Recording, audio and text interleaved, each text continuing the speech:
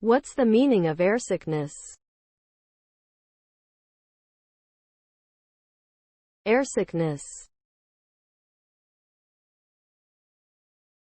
Airsickness.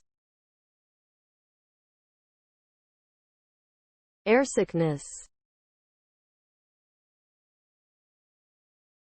Airsickness.